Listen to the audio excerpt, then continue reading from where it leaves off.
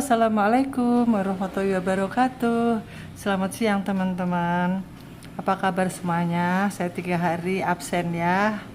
Minta maaf nggak bisa tayang karena ya beginilah, kalau lagi puasa iktikaf tuh badan lemes banget gitulah. Jadi saya benar-benar 3 hari off. Oke, ini saya sempet-sempetin karena ada seorang teman yang sedang menceritakan keluhannya. Beliau ini sakit diabetes yang dulu tuh 700, pertama kali ketemu saya itu 700 gula darahnya sewaktu, dan sekarang sudah 150, tapi itu dalam keadaan puasa. Nah, tapi saya bilang itu sudah penurunan yang sangat bagus. Bayangkan 700 menjadi 150 ya. Paling tidak kalau gula darah sewaktu ya bisa 250-an kan dari 700, bayangkan. Itu tanpa minum obat dokter, teman-teman. Jadi beliau ini ikut diet mentoring di Zuma Herbal. Kemudian biasalah kayak gitu. Kemarin tuh sudah turun bagus, sudah 170 sekian gula darah sewaktu. Nah, mungkin stres, kecapean, atau mungkin karena terlalu suka melek malam, iktikaf, kurang tidur, bisa jadi gula darah itu naik juga ya teman-teman ya. Jadi jangan salah, begadang itu menyebabkan gula darah kita itu bisa tinggi kembali. Jadi gimana ya, harus cukup tidur. Tapi kalau memang kita itu memang orang muslim kan memang harus beriktikaf ya. Ya udah diusahakan, tapi siang kita ganti ya. Kita ganti tidurnya itu siang hari. Jadi jangan sampai kekurangan tidur ya teman-teman ya.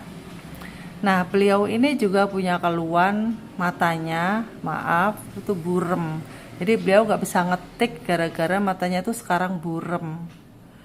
Nah, ini karena mungkin dibarengi dengan puasa, terus gimana, akhirnya lemes banget, kurang tidur, mata pun jadi burem. Dan itu memang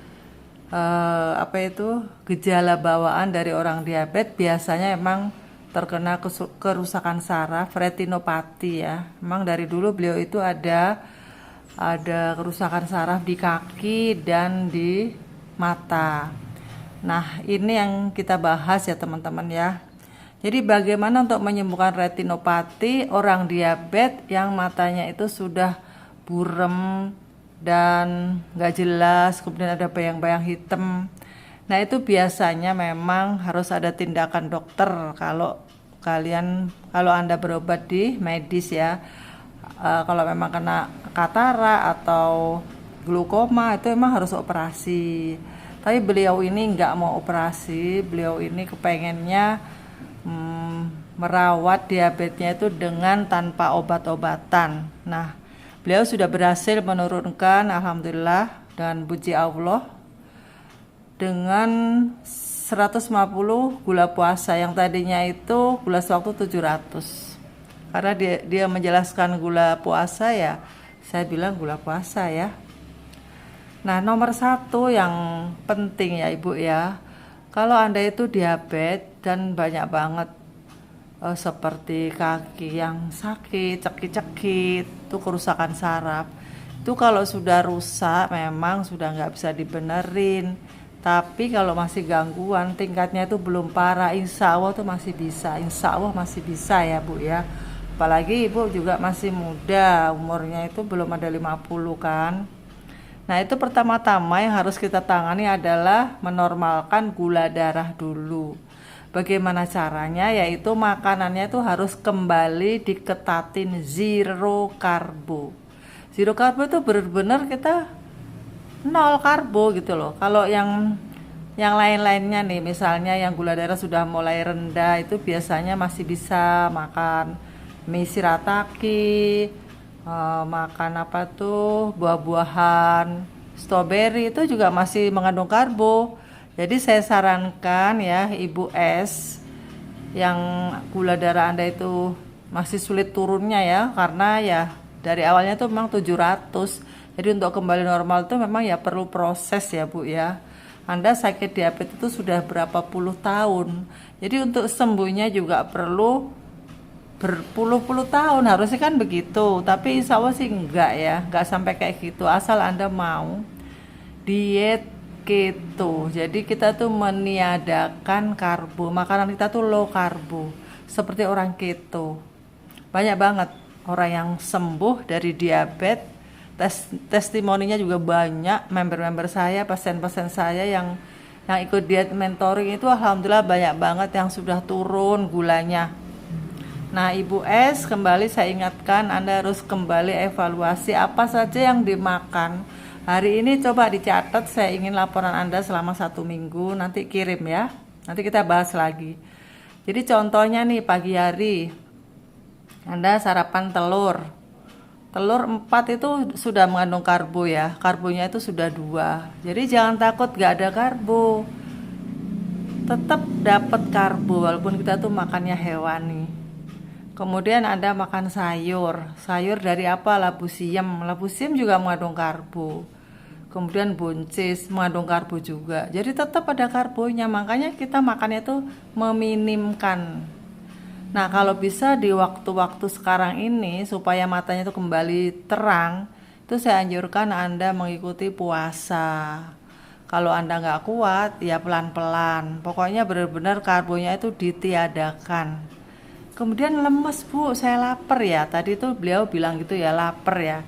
Berarti Anda kurang makannya, hewannya kurang. Jadi kalau Anda nggak ada sakit gagal ginjal atau yang lain-lain, hanya DM saja dan itu tadi kerusakan saraf, Anda boleh makan full hewan saja. Kemudian buah-buahnya itu di skip dulu ya, kecuali alpukat saja. Alpukat juga mengandung karbo, jadi hati-hati. Kemudian kemarin-kemarin saya masih melonggarkan, kan boleh makan kolak labu kuning.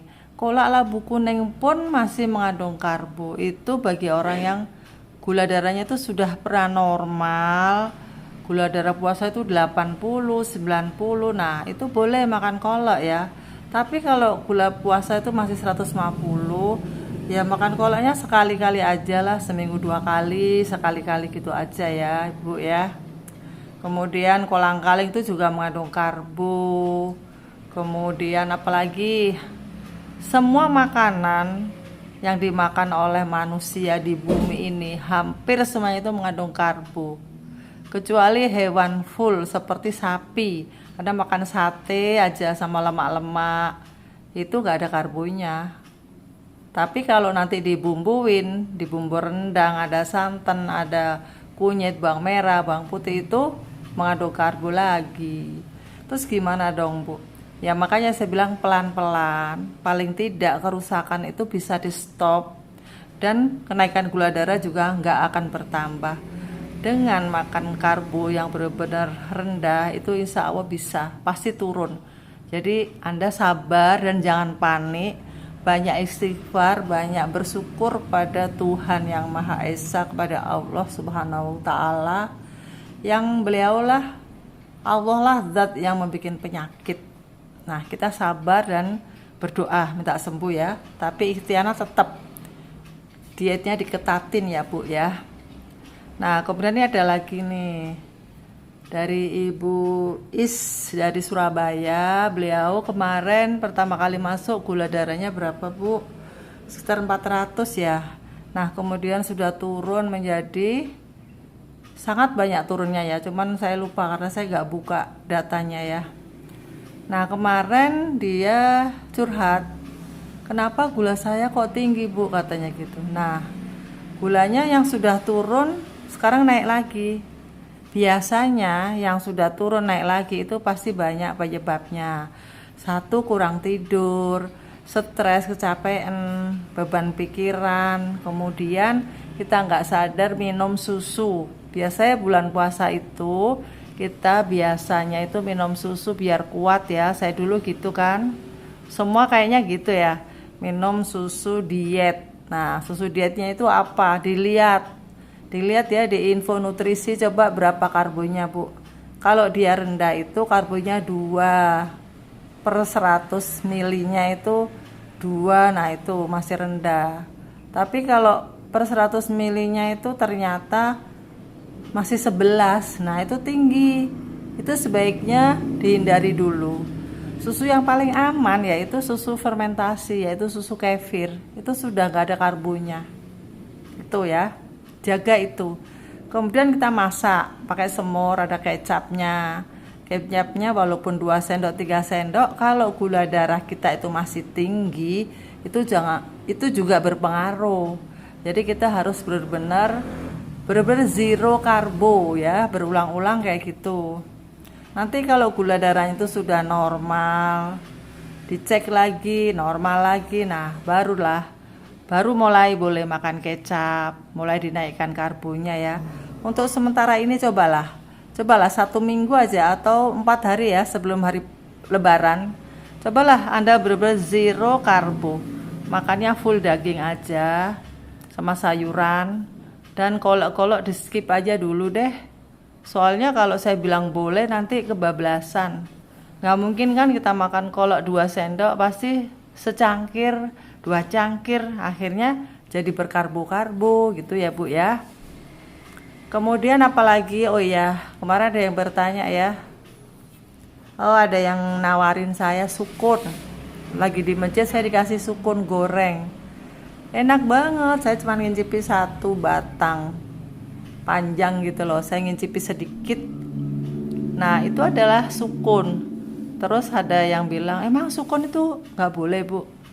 Bukannya nggak boleh, boleh-boleh aja kalau Anda mau nggak sembuh. Jadi kalau Anda itu benar-benar ingin sembuh dari diabetes, sukun goreng itu skip. Karena sukun itu, walaupun di Google itu banyak ya, katanya gini, sukun boleh untuk pengganti nasi, sukun bagus untuk diet. Ternyata saya teliti ya, berapa karbonya, ternyata sama dengan nasi teman-teman. Wow. Jadi Anda jangan gampang percaya, walaupun dibaca, jangan kepalanya tok dibaca, tapi dicek berapa karbohidratnya. Kita fokus ke karbohidrat dan gula ya. Karbohidrat berapa, gula berapa gitu. Jangan ke kalori ya, nanti malah repot. Kemudian saus. Nah, biasanya pada ngajak bukber ya, kita makan di kafe-kafe, di situ pasti ada saus. Nah, sausnya kayak udang, asam manis, kita nggak sadar ya Bu ya.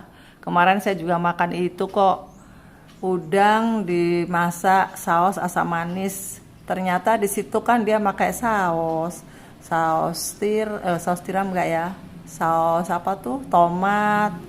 Kemudian apa tuh? Ada lagi ayam panggang, bumbu barbeque. Itu semua mengandung karbohidrat, mengandung gula ya. Jadi kalau Anda ingin aman, sebaiknya apa-apa itu dilihat. Jadi jangan menyalahkan program dietnya, tapi diteliti dulu gitu loh. Saya hari ini makan apa? Coba dicatat ya.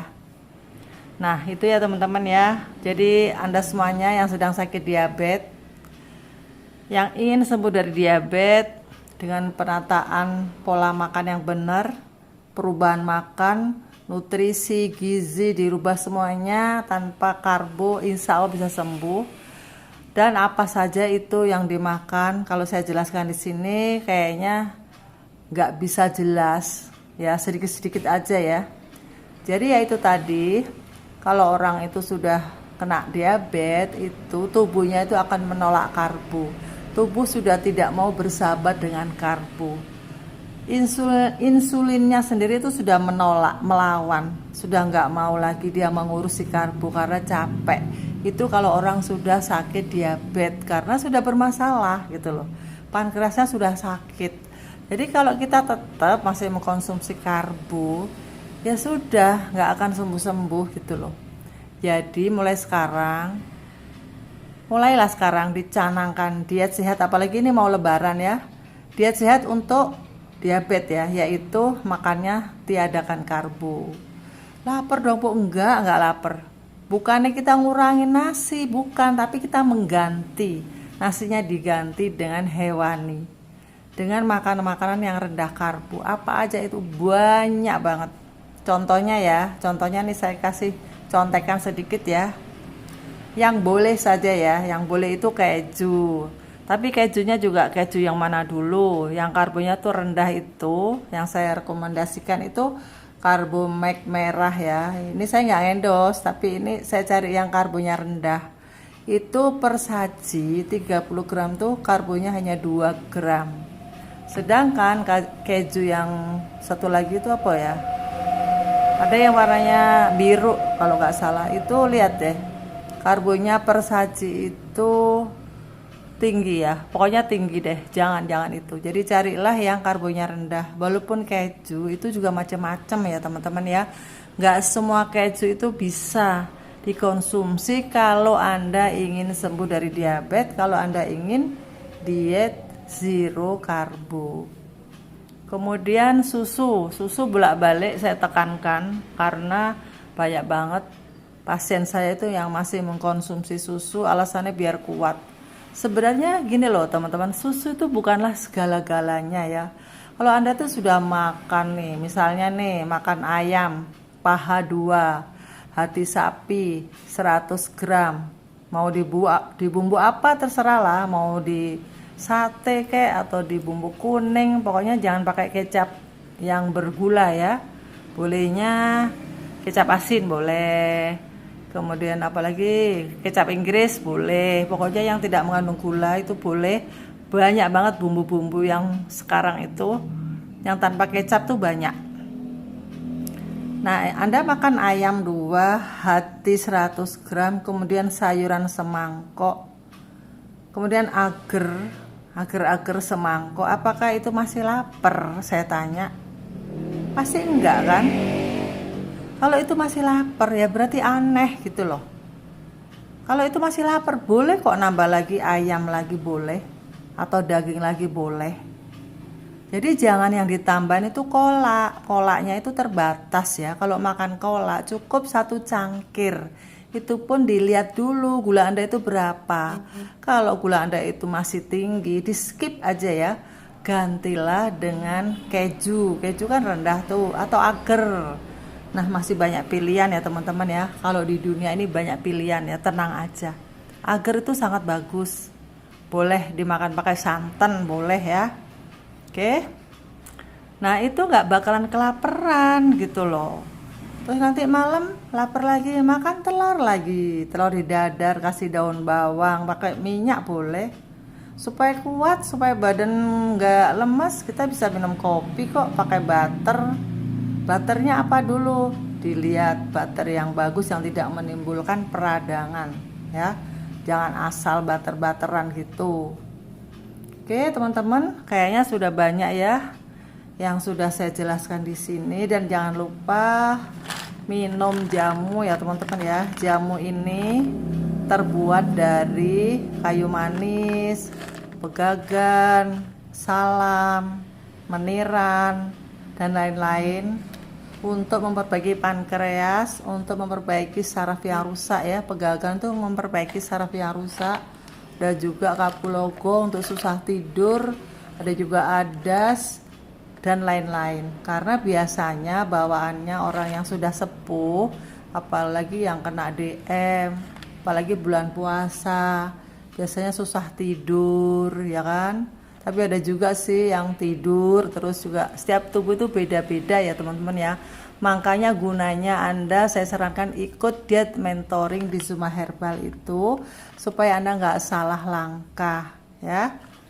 Insya Allah banyak banget testimoni kesembuhan dari yang sudah diet keto ini, banyak banget yang sudah berhasil sembuh dari diabetes tanpa obat.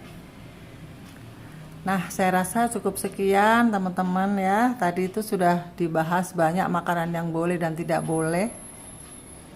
Yang tidak boleh itu adalah sukun, susu, kemudian apa tadi itu? Kecap, saus yang bukan diet ya, kecuali yang memang dia dia mengumumkan bahwa dirinya itu kecap diet, nah itu boleh.